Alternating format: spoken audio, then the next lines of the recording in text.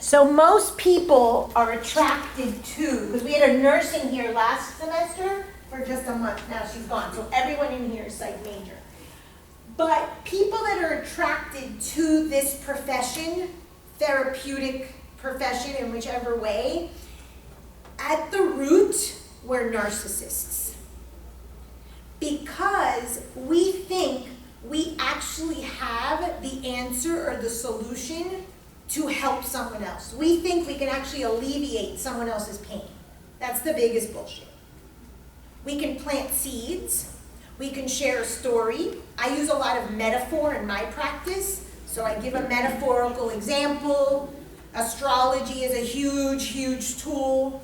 But ultimately, the person themselves, like Paula said, has to have that aha moment. Has to recognize, oh, wait a minute, maybe this will serve me better, or maybe this will be better. So this notion that we actually do anything is a farce. We don't help, we don't change, we don't make people better. So eliminate that like off the bat.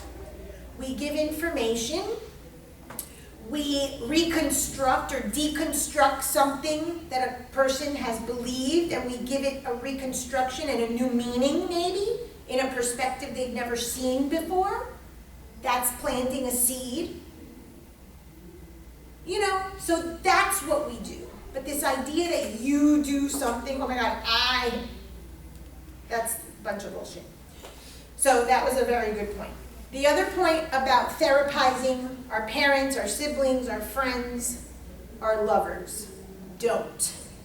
There is a big difference between a friend and a therapist. A therapist is not a paid friend. Not so. So when you're being a friend, be a friend.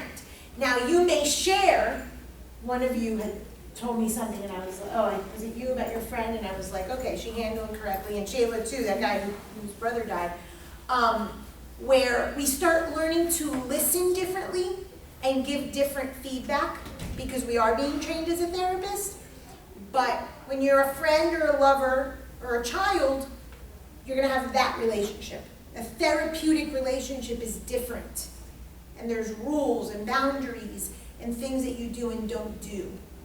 So we have to keep that in mind. So it's best that if your kid or your mother needs a therapist, that you refer them to someone. You can listen, but it's very common when we're studying, counseling, that everybody's like, oh, well, you're in school. Oh, you must know. And we fall into that trap. Bro, that's like the worst thing ever. Right. I'm an astrologer. You do not know. I can't go anywhere without being asked. Tell me my future. Oh my God, tell me that, and I can throw some nuggets out there because, yeah, Pluto's in Capricorn, Saturn's in Capricorn, and I know that if you're this, you're, certain things that I just know. But that's not giving you the complete picture of what is going on. That is required to have a session and me read your chart for you, or I do something called the Akashic Records, or give you a counseling session, or whatever it is that you're coming for as a professional, as a client. So these are just very common things that happen when you start studying this field. So today we're going to do archetypes. So I have the poster of the 12 archetypes, and you'll see that I have it broken down into the planets. And everybody has their astrology chart, and we're going to look at the chart as archetypes. So here's a sample. So first of all, what are archetypes? Very important that we understand what archetypes are. Anyone ever hear the word other than being in here? Okay, so archetypes comes from Jungian psychology. And Carl Jung was a famous psychologist, and he has we share a lot of similar things. He believed in astrology, he believed in dreams, he was a student of Freud's, but he broke off from Freud because he really went into what was called the collective unconscious and dreams and subconscious and things like that. And one of the things that he believed in was astrology. And I find astrology to be the easiest way to explain archetypes. So archetypes are like manifestations of a certain like personality type or a certain, it's like a form to something that you can understand psychologically. So if I asked you to describe a computer nerd or a computer geek, each of you would come up with the similar picture. The guy at the Geek Squad, glasses, maybe tape, sitting at the computer, kind of nerdy. Everybody came up with that same idea. If I asked you to describe the perfect mother, most people would imagine a woman at home baking cookies, doing homework with the kids, maybe in a house dress. You'd have an image of what mom is supposed to be. So in this example, mom and the computer geek are archetypes. So there's an archetype to someone who's a snake. There's an archetype for someone who's a leader or a king. And those things just automatically pop up and we know what we're talking about. So they tend to be universal themes. And so in astrology, we have the planets. And we use the planets as the archetypes. So I call these the psychological organs. Okay, so just like you have ears, nose, mouth, pancreas, liver, kidneys, you have a sun, a moon, a Jupiter, a Saturn, a Uranus, a Pluto. And this is basically an X-ray of your psychological organs. It's you on a piece of paper. Astrology is like the most amazing thing ever. But you don't have to believe in astrology.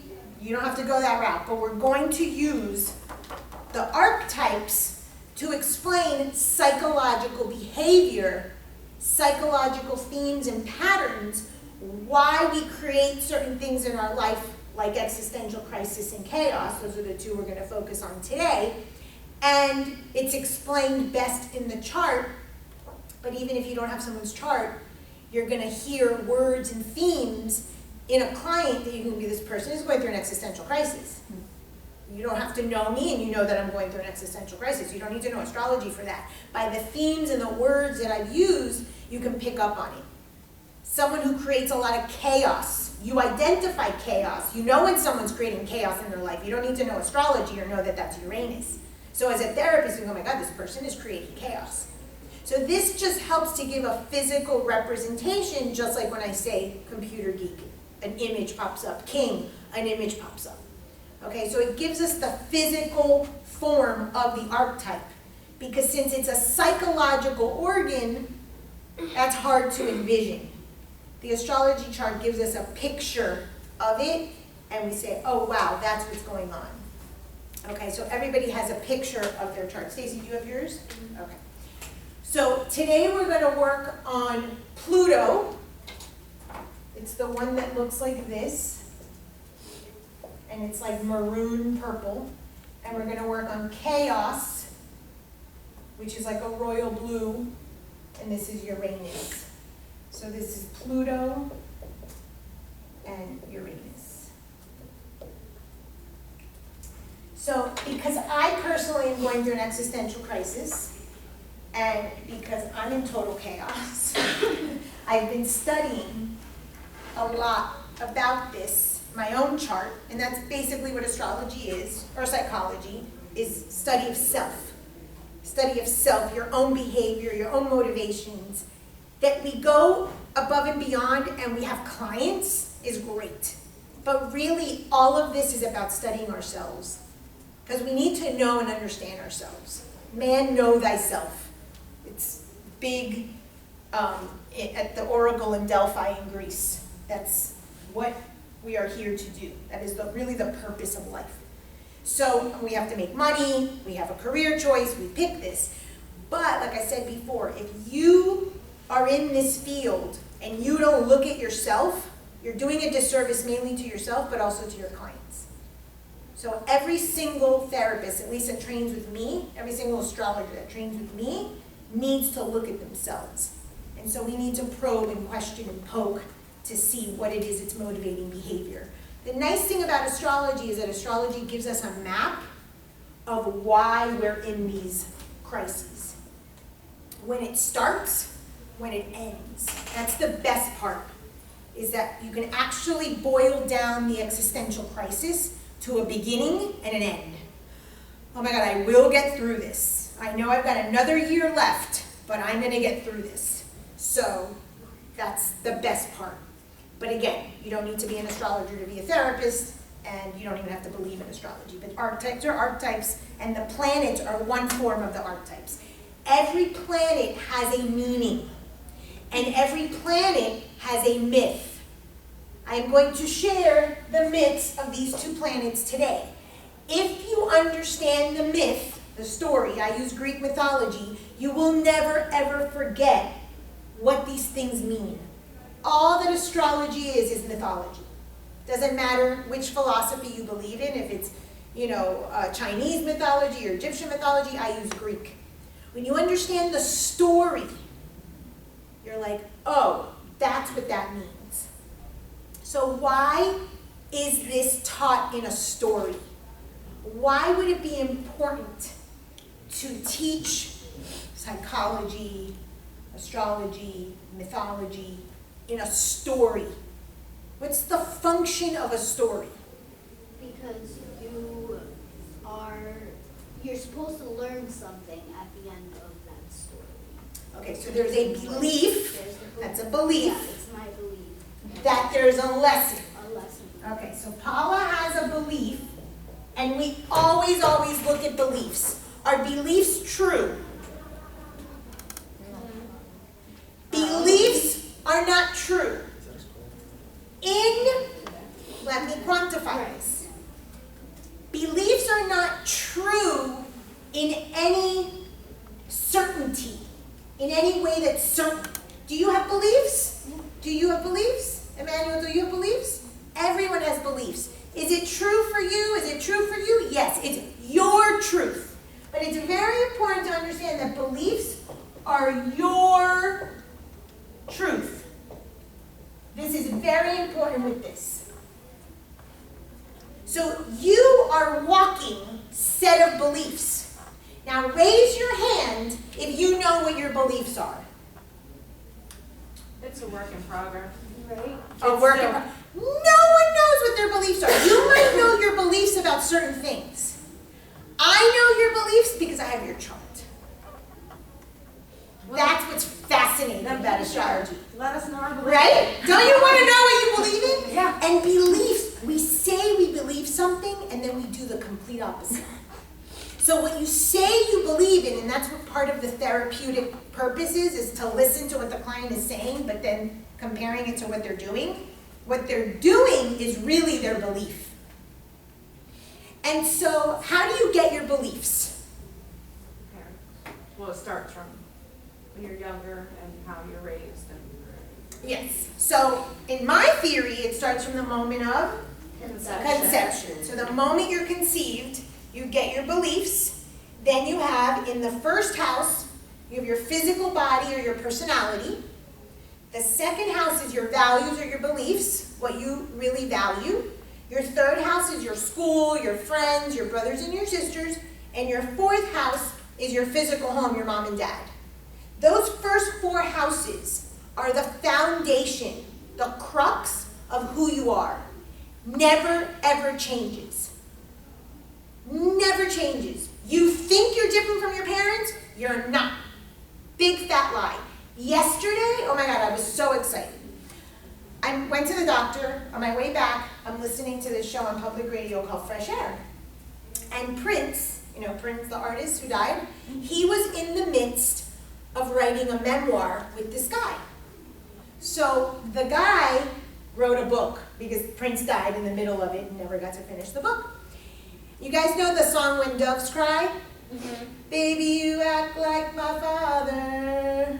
And the mother, my mother, she's never not satisfied.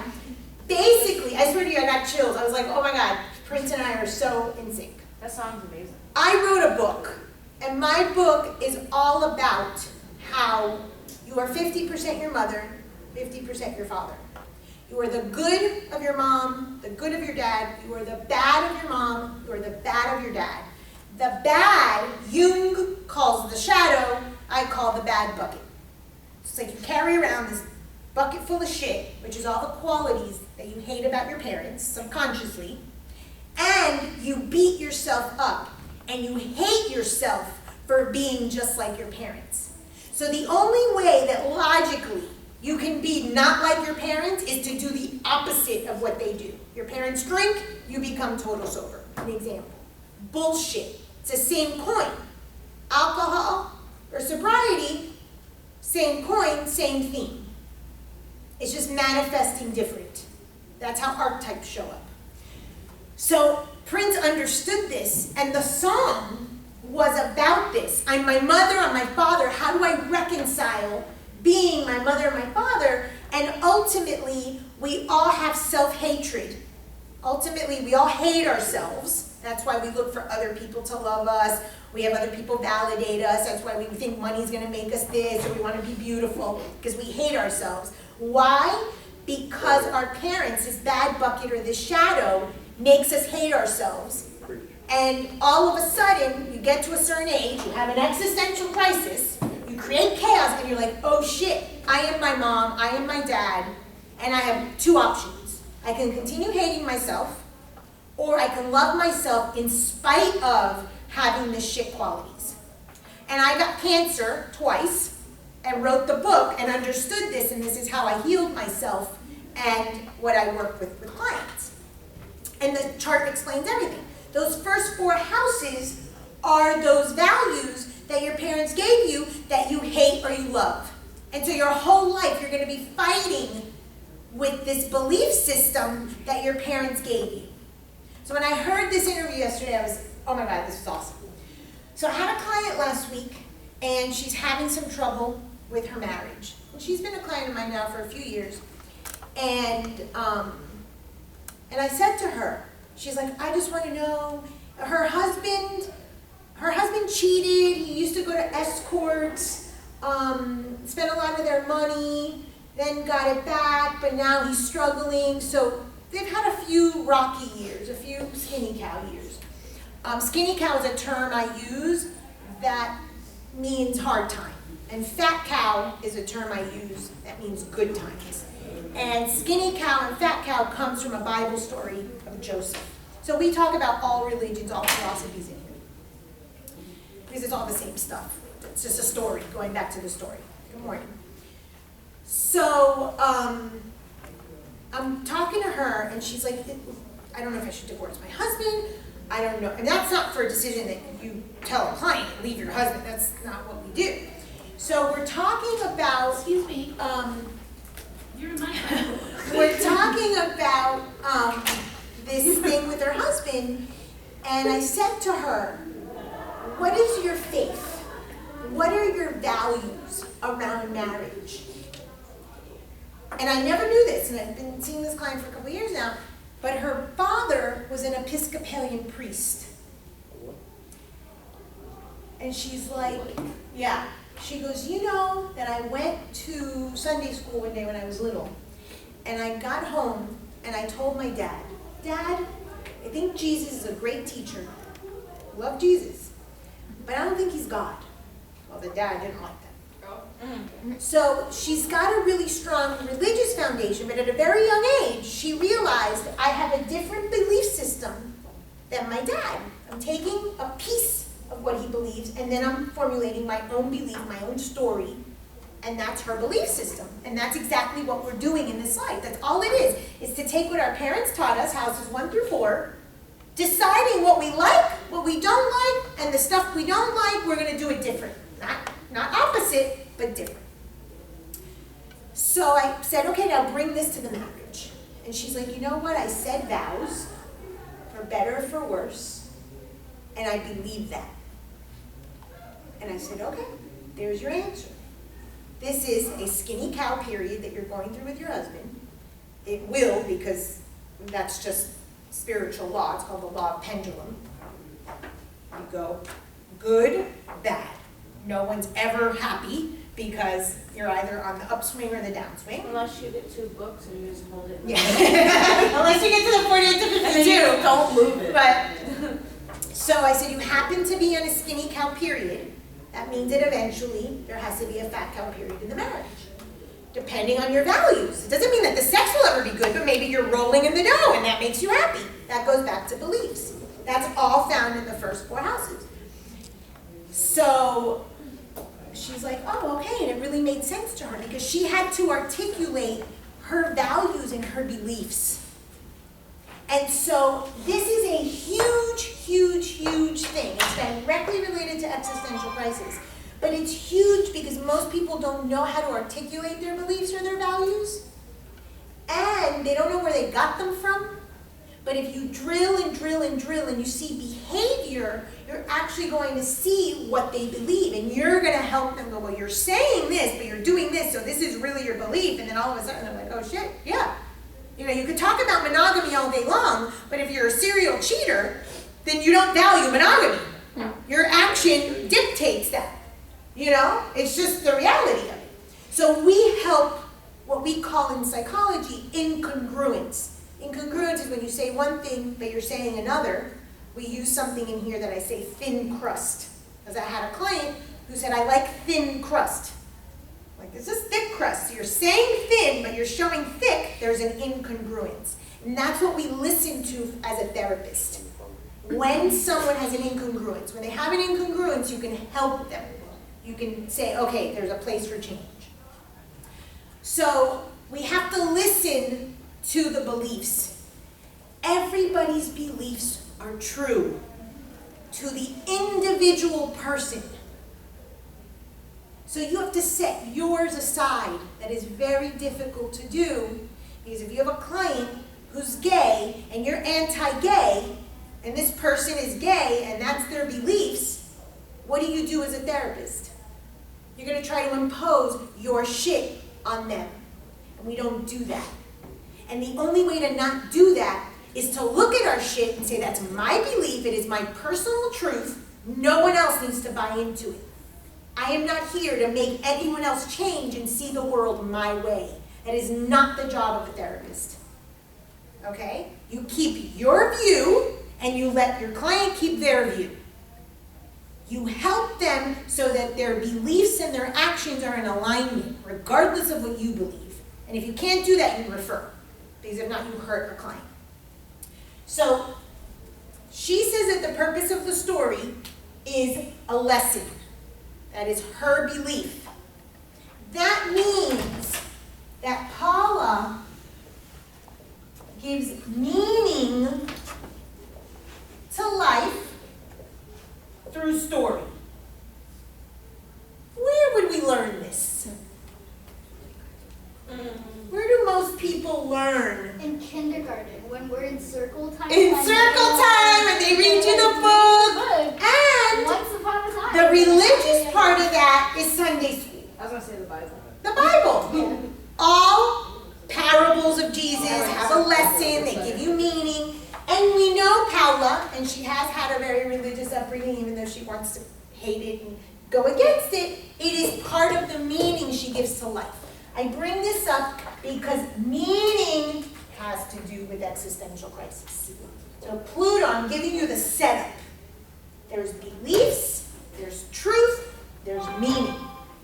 When you are in an existential crisis, you are going to fucking not know what you believe.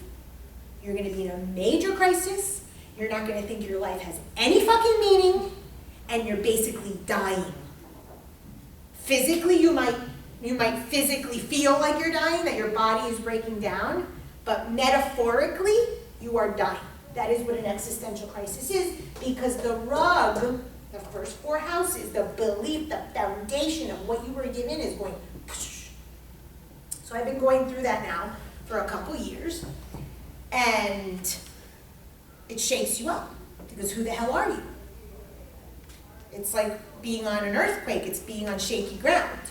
So this is what's going to happen to a client when they're in an existential crisis, which obviously leads to chaos, which we'll get to, or they'll work hand in hand, because the basic foundation of those buckets, of the good, of the bad, of what to do, what not to do, what meaning is there to life, what purpose is there to everything, is going to be in question. And we don't normally question the deepest, deepest, deepest foundation of who we are. We go through life saying, oh, this is how it works. And you die and you go to heaven, or you die and you reincarnate, or, you know, mom is supposed to make cookies and dad's supposed to make the money, and that's shattered with a kid when the parents get divorced, or like in Prince's song, the dad beat the mom and he's like, what the fuck is this? Things happen in your life where you're like, what is going on? The fundamental beliefs that I had are being questioned. And that is the purpose of life. Every single time that you believe something, the universe comes, takes a bat, beats the shit out of you, and you end up on your knees. No wonder that knees is the motion of praying. And you say, what the fuck is happening in my life? And now you reevaluate what you believe, what you think, who your friends are, what you want to eat for lunch, your food values, your financial values. And then you get beat down again, and you do it again, and you get beat down again, and you do it again, and that's life. You ever doubt so much, though, where you start questioning where the names and colors came from? That's full-blown on existential crisis. And having seen your chart, honey, you're even going to doubt if you breathe air or if you breathe toxins. I was wondering that. Where you got the name for all these colors, or where did all this shit come from? Yeah, I was thinking that. So everything is questioned. So beliefs are your truths. They're true to you. You do not impose these on anybody. That is not your job. Your job is to question your beliefs, and life will lead you to do that. Some beliefs in your life will never, ever come in question. You believe it so fucking wholeheartedly that it will never come in question. Then there's no problem in that part of your life. There's no problem for you to think that. It's not causing you a problem. As a therapist, if it doesn't cause you a problem, even though it's different than my belief, I don't touch it. If you want to think the sky is green and you don't have a problem with it, and every morning you see what the hell do I give a shit? It's not causing you a problem. But the minute that it becomes a teal aqua, and you say, I'm changing my belief from green to teal aqua and it's causing me a problem, then I can help you as a therapist. But if it doesn't pose the person a problem, don't mess with it. It's not a problem. You have to look at you and what you believe.